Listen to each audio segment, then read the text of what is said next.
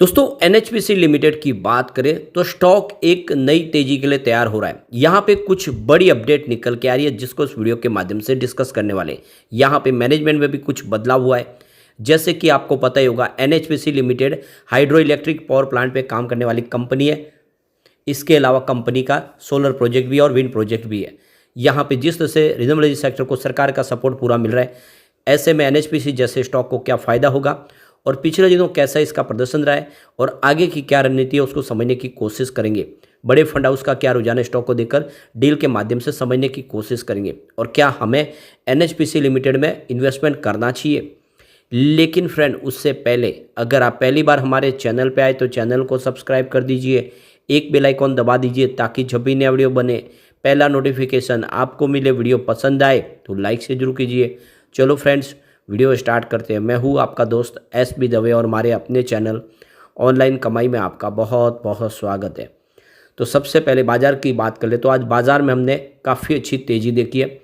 आप देख ही सकते हो कि बाज़ार की शुरुआत तो आज निगेटिव हुई, लगभग 100 पॉइंट की गिरावट के आसपास बाज़ार ने शुरुआत की, लेकिन बाज़ार रिकवर कर गया और आप देख सकते हो कि अंत में 72,641 के स्तर पे बाजार ने क्लोजिंग दी, जहाँ पे 336 पॉइंट की काफ़ी अच्छी तेज़ी थी, यानी 0.47% अपर क्लोजिंग दिया बाजार ने। कल लगभग 750 पॉइंट की गिरावट थी, उसमें से आधी भरपाई आज हो गई है। तो जो लोग कह रहे थे कि लगातार बाजार में बहुत बड़ी गिरावट होगी, ऐसा बिल्कुल हुआ नहीं और आज बाजार फिर से रिकवर कर गया, यानी बाजार में अभी फिलहाल लंबी मंदी की संभावनाएं दिखाई नहीं दे रही है। आज निफ्टी एनर्जी में भी तेज़ी काफ़ी ठीक थी, 38,838 के स्तर पे लगभग 90 पॉइंट की तेज़ी थी, यानी 0.23% अपर क्लोजिंग दी है निफ्टी एनर्जी ने। अब यहाँ पे एनएचपीसी लिमिटेड की बात करें तो स्टॉक की शुरुआत हुई लगभग फ्लैट 88.10 पर, कल की क्लोजिंग भी 88.05 के आसपास थी। इंट्राडे में 89.30 का हाई बना तो तेज़ी बदली, लेकिन उसके बाद में यहाँ पे कुछ गिरावट का दौर शुरू हुआ क्योंकि बाजार में भी गिरावट का माहौल बनने लगा था। एनएचपीसी भी दबाव में आया क्योंकि पिछले दिनों काफ़ी अच्छा स्टॉक दौड़ा है, तो इसने 86.05 का लो बना दिया। लेकिन उसके बाद जैसे जैसे बाजार रिकवर किया, ये भी स्टॉक ऊपर की तरफ बढ़ा और इसने 88.40 के आसपास क्लोजिंग दी, जहाँ पे 0.40% की तेज़ी थी। तो तेज़ी बड़ी नहीं थी लेकिन गिरावट थम चुकी है, ये सबसे अच्छी बात है। वॉल्यूम आज थोड़ा फिर बढ़ा है, पिछले एक महीने पहले इसका 24 करोड़ का वॉल्यूम था, 6 करोड़ की डिलीवरी उठाएगी।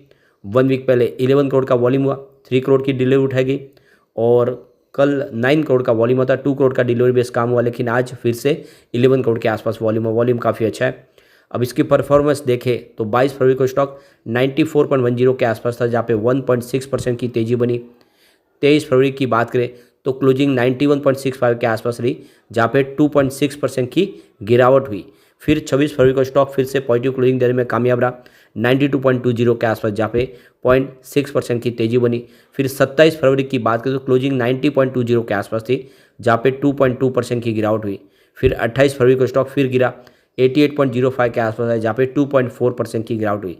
तो पिछले 2 ट्रेडिंग सेशन में लगभग आप देख सकते हो कि 5% के आसपास की गिरावट हुई थी, लेकिन आज उस पर ब्रेक लग गया। तो इससे आप समझ ही सकते हो कि स्टॉक एक तरह से स्टेबल होने की कोशिश कर रहा है। अब इसकी परफॉर्मेंस देखें तो पिछले 10 सालों में इसने 389% का शानदार रिटर्न दिया है। पिछले 5 साल में 284% का पॉजिटिव रिटर्न दिया है। 2 ईयर की अगर हम बात कर ले तो 221% का इसने पॉजिटिव रिटर्न दिया हमें। पिछले 1 साल में 125% का पॉजिटिव रिटर्न दिया है स्टॉक ने।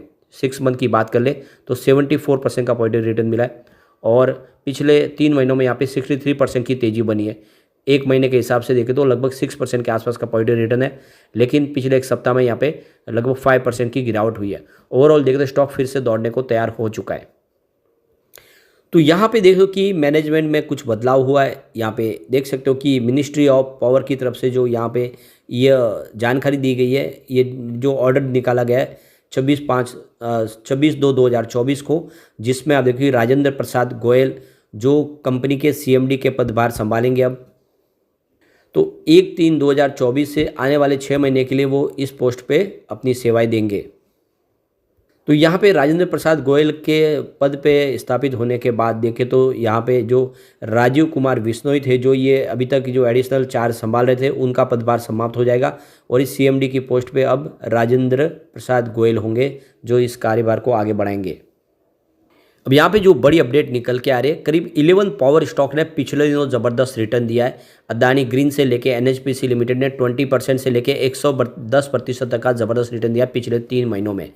और इसके पीछे वजह इलेक्ट्रिसिटी कंजम्पशन लगातार बढ़ा है। सरकार की तरफ से पावर सेक्टर को जिस तरह से राहत दी जा रही है, उन सब का बेनिफिट इस सेक्टर को काफ़ी ज़्यादा मिला है। तो स्पेशली जो इंडस्ट्रीज़ का स्ट्रॉन्ग डिमांड निकल कर आई है, वो जहाँ पे इलेक्ट्रिसिटी कंजम्पशन काफ़ी बढ़ा है, जिससे इस सेक्टर को फ़ायदा मिला है। तो कोविड-19 के बाद देखें तो जो पूरी गतिविधियाँ बंद थी, वो बहुत तेज़ी से शुरू हो गई। सारी हमारी इंडस्ट्री चलने लगी है, जिससे इलेक्ट्रिसिटी कंजम्पशन बढ़ने लगा है। दूसरी तरफ देखें तो कोल्ड वेव का भी असर देखने को मिला और जो हमारी इस समय इकोनॉमी है, वो तेज़ी से बूस्ट कर रही है, जिससे इलेक्ट्रिसिटी कंजम्पशन तेज़ी से बढ़ रहा है। तो यहाँ पे जो लेटेस्ट रिपोर्ट निकल कर आई है, यह गवर्नमेंट की रिपोर्ट के मुताबिक जो इलेक्ट्रिसिटी कंजम्पशन है 1354.97 बिलियन यूनिट के आसपास रहा है अप्रैल जनवरी के दरमियान, जिसमें 7.5% की वृद्धि दिखाई दे रही है। पिछले साल सेम क्वार्टर में 2022-23 में यह 1259.49 बिलियन यूनिट के आसपास था। तो काफ़ी ज़्यादा इलेक्ट्रिसिटी कंजम्पशन बढ़ा है। लास्ट ईयर जो पिक डिमांड थी, वो उससे काफ़ी तेज़ी से 243 गीगावाट के आसपास रही है। तो ये देख सकते हो कि जो डिमांड बढ़ रही है, उसका फ़ायदा देखने को मिल रहा है और इसीलिए सरकार आने वाले समय 88 गीगावाट की थर्मल पावर प्लांट कैपेसिटी भी 2032 तक बढ़ाने जा रही है। इस समय देखें तो सरकार रिन्यूएबल सेक्टर में पूरी तरह से फोकस कर रही है, जिसमें न्यू बिजनेस, जो ग्रीन हाइड्रोजन का business, solar module manufacturing business, जिसके ऊपर खास फोकस किया जा रहा है, जिससे जो बहुत ही शानदार फ़ायदा हुआ इन पावर सेक्टर के शेयरों को, जिसमें Adani green energy, Adani power, NHPC limited, SJVN limited, Bharat heavy electric limited, Tata power और जेएसडब्ल्यू एनर्जी, जिन्होंने काफ़ी शानदार प्रदर्शन किया है। इकरा की तरफ से जो अंदाज़ा लगाया कि जो हमारी इंडिया की इंस्टॉल रिन्यूएबल एनर्जी कैपेसिटी है, वो इस समय जो करंट में 135 गीगावाट के आसपास है दिसंबर 2023 तक, जो 170 गीगावाट तक पहुँच जाएगी मार्च 2025 तक।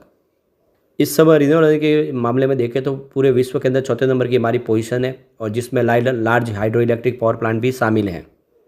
तो देख सकते हो कि इसका बेनिफिट आने वाले समय इन पावर सेक्टर के शेयरों को और मिलेगा। साथ में एनएचपीसी जैसी कंपनियां जो ऑलरेडी बहुत तेज़ी से अपने कारोबार को आगे बढ़ाने की कोशिश कर रही है, ये एक सरकारी कंपनी है जिसको फ़ायदा पूरा मिल रहा है, तो इन्वेस्टमेंट आपको इसमें ज़रूर करना चाहिए। अब चलते कुछ बड़ी डील की तरफ। तो सुबह 9:33 पर 87.95 की प्राइस से 3,85,000 शेयरों की खरीदारी हुई। फिर 9:56 पर 88.65 की प्राइस से 6,25,000 शेयरों की एक खरीदारी और हुई।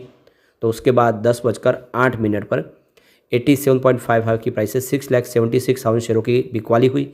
फिर 10:34 पर 86.85 की प्राइस से 5,12,000 शेयरों की एक खरीदारी हुई। तो उसके बाद 10:54 पर 86.35 की प्राइस से 4,85,000 शेयरों की एक बिकवाली हुई। उसके बाद 12:54 पर 88.60 की प्राइस से 4,23,000 शेयरों की बिकवाली हुई। तो फिर 12:56 पर 89.15 की प्राइस से 7,40,000 शेयरों की फिर से खरीदारी हुई। उसके बाद 1:40 पर 88.20 की प्राइस से 14,05,000 शेयरों की एक बड़ी प्रॉफिट बुकिंग हुई। और उसके बाद 3:18 पर 88.15 की प्राइस से 4,55,000 शेयरों की फिर से खरीदारी हुई। तो दोनों तरफ का माहौल बना हुआ है। यहाँ पे एक तरह से देखें तो कुछ बड़े फंड हाउस जो निचले लेवल से खरीदारी किए होंगे वो प्रॉफिट बुक करें, लेकिन सामने अच्छी खरीदारी भी हो रही है। और जैसे कि बाजार ने अच्छा बाउंस बैक दिया है, तो ऐसे में एनएचपीसी जैसे शेयर में निवेश का ये अच्छा मौका है, खरीदारी करना चाहिए। आने वाले समय आपको एक ज़बरदस्त रिटर्न दे सकता है। अब एक बार हम इसके पिवट लेवल को चेक कर लेते हैं। तो यहाँ से अगर गिरावट होती है तो 87 का पहला सपोर्ट है, ये टूटा तो 82 तक स्टॉक जाता हुआ दिखाई देगा। अब गिरावट और आगे जारी रही तो 76 तक जाने की संभावना। पिछली बार भी इसने 76 से ही बाउंस बैक दे दिया था और 71 के आसपास इसने एम्प्लॉयज़ को एफएस के माध्यम से शेयर जारी किए, जिससे हम कह सकते हैं कि कम से कम 71 तो इसकी फेयर प्राइस है, उससे नीचे जाने की कोई संभावना नहीं है। अब पॉजिटिव माहौल बना तो 97 का फर्स्ट रेजिस्टेंस है, इसको पार किया तो 103 तक स्टॉक जाता हुआ दिखाई देगा।